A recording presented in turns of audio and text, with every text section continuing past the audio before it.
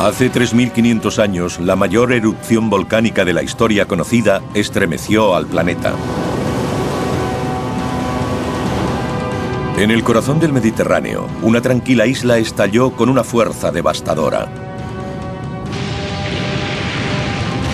De un golpe, una civilización entera fue borrada de la faz de la Tierra.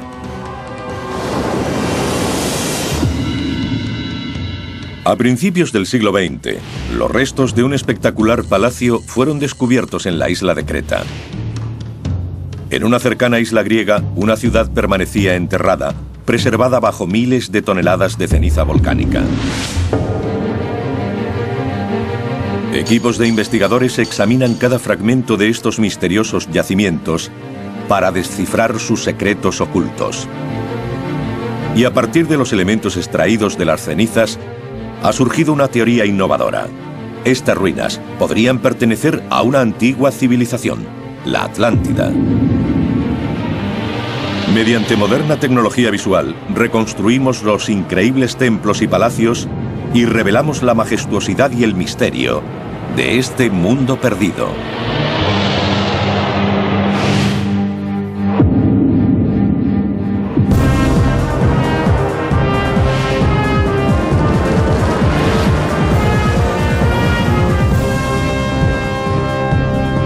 Mundos perdidos, la Atlántida.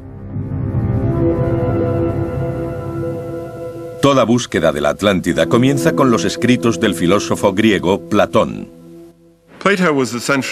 Platón está considerado el padre de la filosofía occidental, y como lo que planteaba era tan importante, y lo ha seguido siendo a lo largo de la historia del pensamiento occidental, lo hace mucho más respetable y aceptable que si lo hubiera escrito cualquier otro.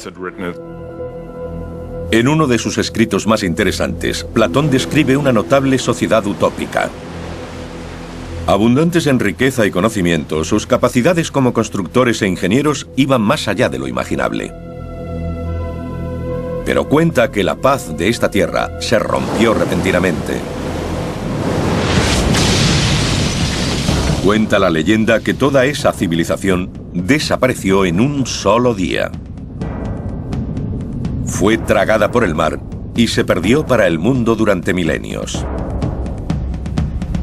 Ningún otro misterio ha provocado tal obsesión o ha dado pie a tantas teorías extraordinarias.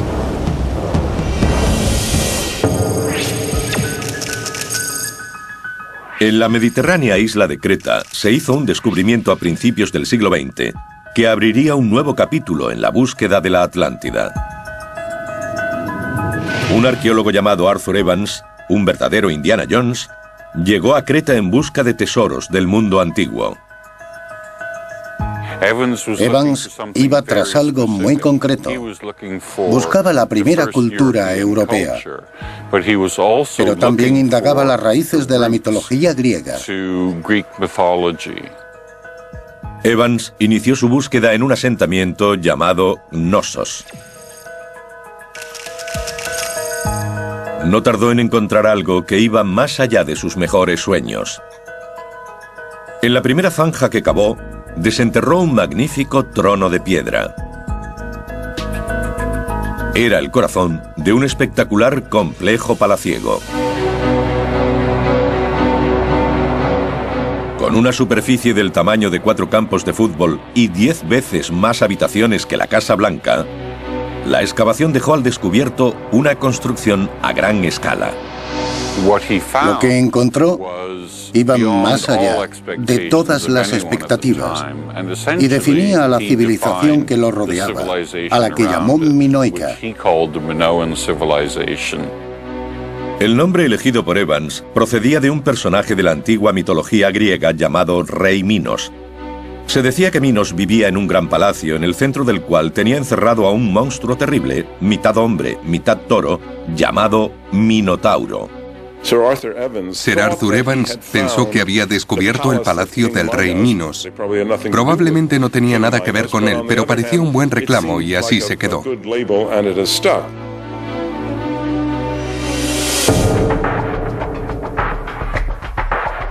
Hoy ha surgido una innovadora teoría sobre el origen de este mundo perdido. Es absolutamente posible que algo como el mito de la Atlántida procediera de aquí. Se transmitió durante siglos y fue creciendo en importancia. Así tenemos la teoría de que los minoicos fueron de hecho los antiguos pobladores de la Atlántida. La complejidad del Palacio de Creta es lo primero que nos lleva a pensar en la Atlántida. Sus constructores habían logrado un alto nivel de ingeniería que no volvería a verse en ninguna otra parte del mundo hasta varios siglos después. Está lleno de objetos que se remontan a más de 3.500 años. También se han hallado restos de cientos de vasijas ornamentales y hermosas pinturas en las paredes. A medida que los investigadores recomponen los fragmentos de este antiguo arte, están descubriendo sofisticadas imágenes de las personas y la vida de una civilización perdida. Provocó un gran interés porque era algo que traspasaba los límites de los estudios clásicos y de la arqueología. Algo nunca visto, totalmente nuevo. Los edificios son más antiguos que cualquier otro descubierto en la isla e infinitamente más avanzados. Equipos de expertos buscan ahora pistas que relacionen este complejo arquitectónico con el relato de la Atlántida de Platón. Colin McDonald ha recorrido cada centímetro del palacio, sobre y bajo el suelo, para desvelar cualquier logro tecnológico.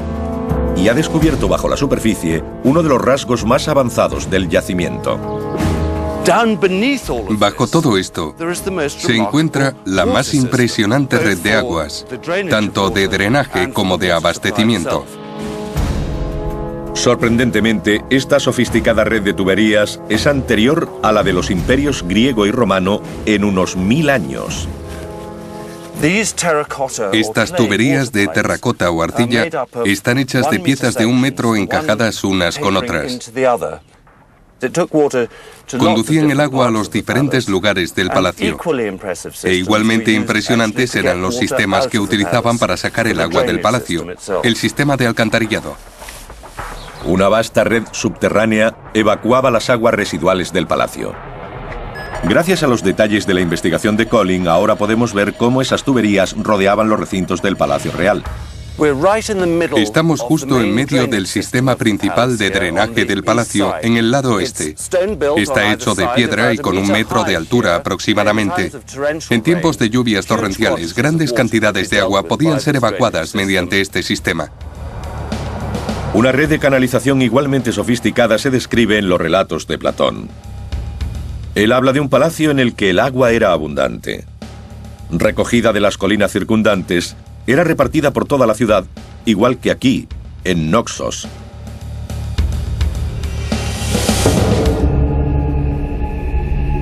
Aún más, en el palacio, la ingeniería constructiva es tan sofisticada como la que describe Platón. El lugar tiene 1.300 habitaciones, repartidas en 4 plantas, conectadas por kilómetros de pasillos. Algo muchos siglos por delante de cualquier cosa vista en aquella época en Grecia. Durante aquel periodo, en Grecia, los palacios no eran más complejos que edificios con un máximo de 3 o 4 habitaciones, de una sola planta, y con paredes de ladrillos de barro. No existía arquitectura a la escala que vemos en los palacios cretenses. Platón describe el Palacio de la Atlántida como una acrópolis situada sobre una gran colina. En Knossos encontramos exactamente eso. La construcción debió implicar grandes movimientos de tierra. Toda la cima de la colina fue aplanada y se labraron terrazas para que el palacio pudiera tener múltiples niveles. Los grandes bloques de cimentación de los muros del palacio se construyeron con yeso cristalizado. Era extraído de una cantera local y luego cortado en inmensos bloques con sierras de bronce. Nos encontramos en medio de una gran cantera utilizada para extraer el yeso que se utilizó en la construcción del primer palacio de Cnossos. Aquí puede verse claramente la marca dejada por las herramientas de bronce utilizadas para arrancar de la superficie enormes bloques. Posteriormente, se trabajaban aquí o se trasladaban hasta el palacio a 800 metros. En el mito de la Atlántida se dice que los muros externos de los grandes palacios brillaban como la plata. Los muros de yeso de Cnossos han sido erosionados por los elementos, pero en su momento también debieron resplandecer. Podemos imaginar lo que tenía que sentir un griego cuando llegaba a la costa de Creta y veía algo como el brillante yeso del palacio de Cnossos. Esa gigantesca edificación brillando bajo el sol debido al yeso cristalizado y con tales dimensiones que no cabía imaginar en esa época.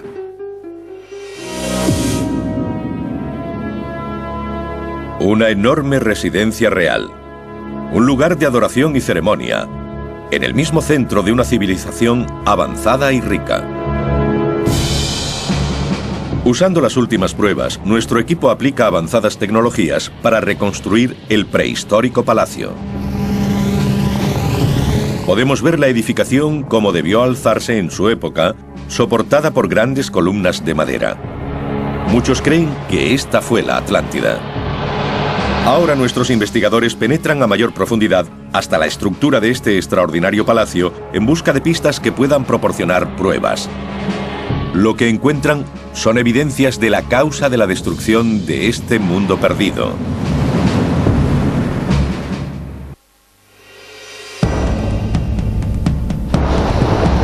En el corazón del mar Mediterráneo, en la isla de Creta, ha sido desenterrado un palacio increíblemente sofisticado, y el descubrimiento ha reiniciado la búsqueda del más famoso de todos los mundos perdidos.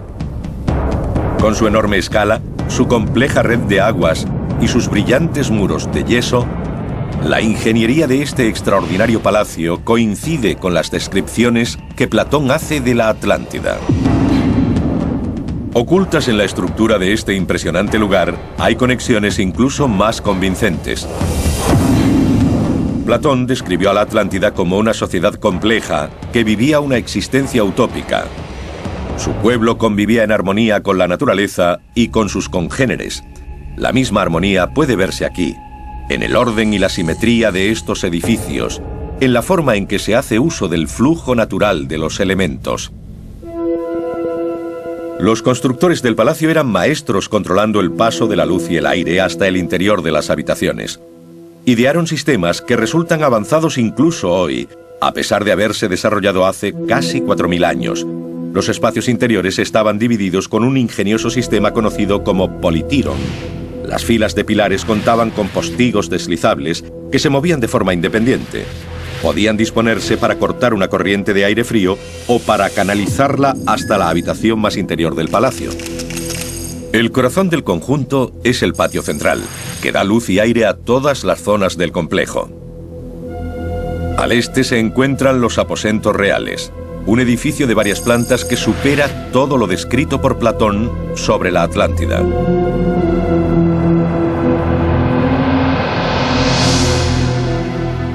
En el centro, una escalera monumental rodeada de balconadas con columnas abierta a los elementos para formar un gran patio de luces.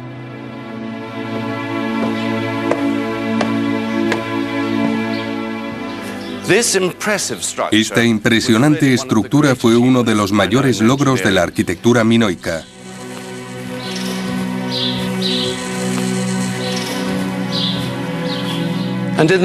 En medio de las escaleras hay un maravilloso patio de luces rectangular que permitía la entrada de la luz natural hasta el fondo y se difundía hacia las habitaciones, que de otro modo habrían sido muy oscuras.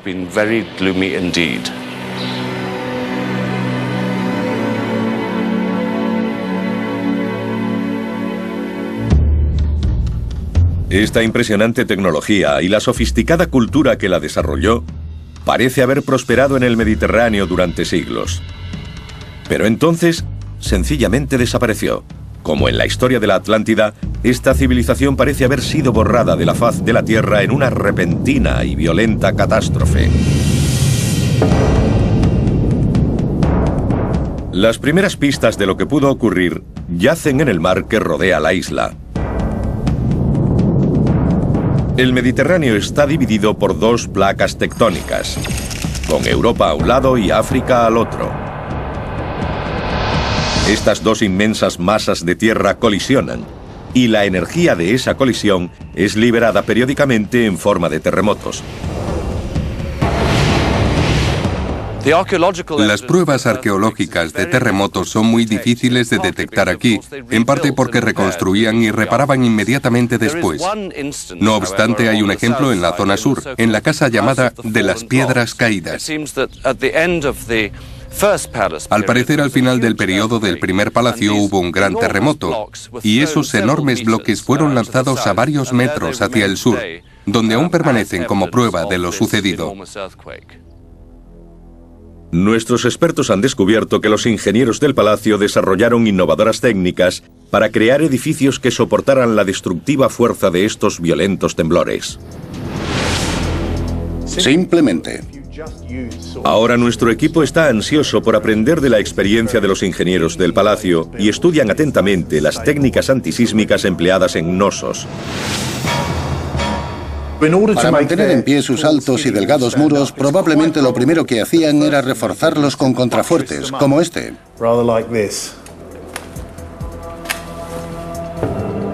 Si simulo un terremoto y muevo esta mesa, podemos ver que un contrafuerte por sí solo no sirve de nada. En la fase final de la construcción del palacio, los muros se hicieron de piedra, soportados por un ingenioso sistema de armazones de madera. Esta combinación de materiales daba a la estructura una enorme fuerza y flexibilidad. Lo que hacía la gente de Knossos era utilizar armazones de madera para reforzar los delgados muros de mampostería y soportaban el armazón con contrafuertes como estos. Así, si simulo de nuevo un terremoto, vemos que podría estar moviendo la estructura todo el día sin conseguir prácticamente nada. A pesar de estos increíbles logros, nada pudo salvar al palacio del devastador cataclismo que llegaría. Los sismólogos que han estudiado la historia geológica de la zona creen que Creta sufrió un hecho catastrófico alrededor del 1500 a.C. Esta nueva prueba demuestra que la isla fue arrasada por una ola enorme y letal. Docenas de tsunamis arrasaron el Egeo, una sucesión de olas gigantescas.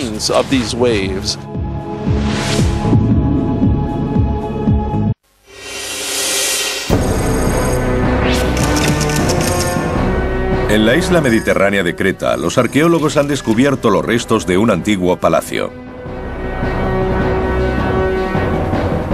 Estos impresionantes edificios son los restos de una cultura que lleva 3.500 años desaparecida, y muchos creen que el palacio se encontraba en el centro del más famoso de todos los mundos perdidos, la civilización de la Atlántida.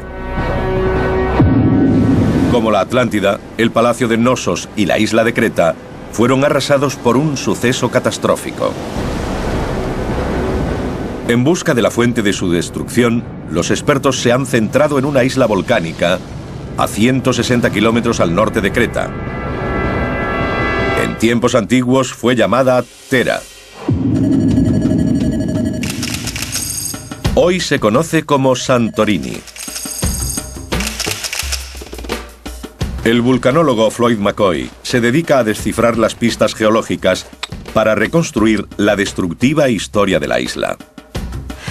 Este volcán tiene una sorprendente historia de repetidas explosiones gigantescas.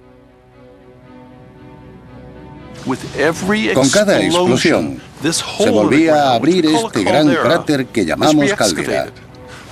Y cada vez que estallaba, dejaba un depósito en la tierra que le permitía crecer capa a capa. Así que lo que vemos aquí son las capas depositadas por las repetidas erupciones volcánicas a lo largo de decenas de miles de años. En el centro de Santorini, rodeada por los acantilados de la isla principal, se encuentra Nea Kameni, la nueva caldera. Es una isla yerma y hostil que alberga el cráter de un volcán activo. Floyd McCoy ha descubierto que hubo una isla justo en el centro de la caldera, pero fue tragada por una terrible erupción volcánica. Ocupando esta enorme caldera, había una gran isla habitada por una civilización. Ha desaparecido la isla, voló en 1000 pedazos. Platón habla de un devastador cataclismo que destruyó la gran civilización de la Atlántida. Y Santorini, la vecina más cercana de Creta y del palacio de Knossos, fue escenario de una de las mayores explosiones de la historia conocida. Los investigadores han desarrollado una nueva teoría, que Santorini y Creta eran parte de la Atlántida. La teoría tiene su base en el color espectacular de estos acantilados. Platón describió las canteras de la Atlántida afirmando que de ellas se extraían piedras blancas, negras y rojas que fueron utilizadas en la construcción de una gran isla-ciudad. La descripción coincide con la de las piedras encontradas en Santorini. La estructura de esta isla-ciudad fue descrita como una serie de círculos concéntricos de tierra y agua, cada uno conectado con el mar mediante un inmenso canal de 30 metros de profundidad. También había muelles para un gran número de barcos y un paso elevado por el que podían desembarcar todas las riquezas que llegaban a la ciudad. En pocas palabras, todo lo que pudiera necesitar un ser humano estaba disponible en la Atlántida. La descripción de Platón de la isla como circular coincide perfectamente con la formación simétrica de la isla volcánica central de Santorini. Pero demostrar una conexión era imposible sin pruebas de vida en la isla antes de la última gran erupción.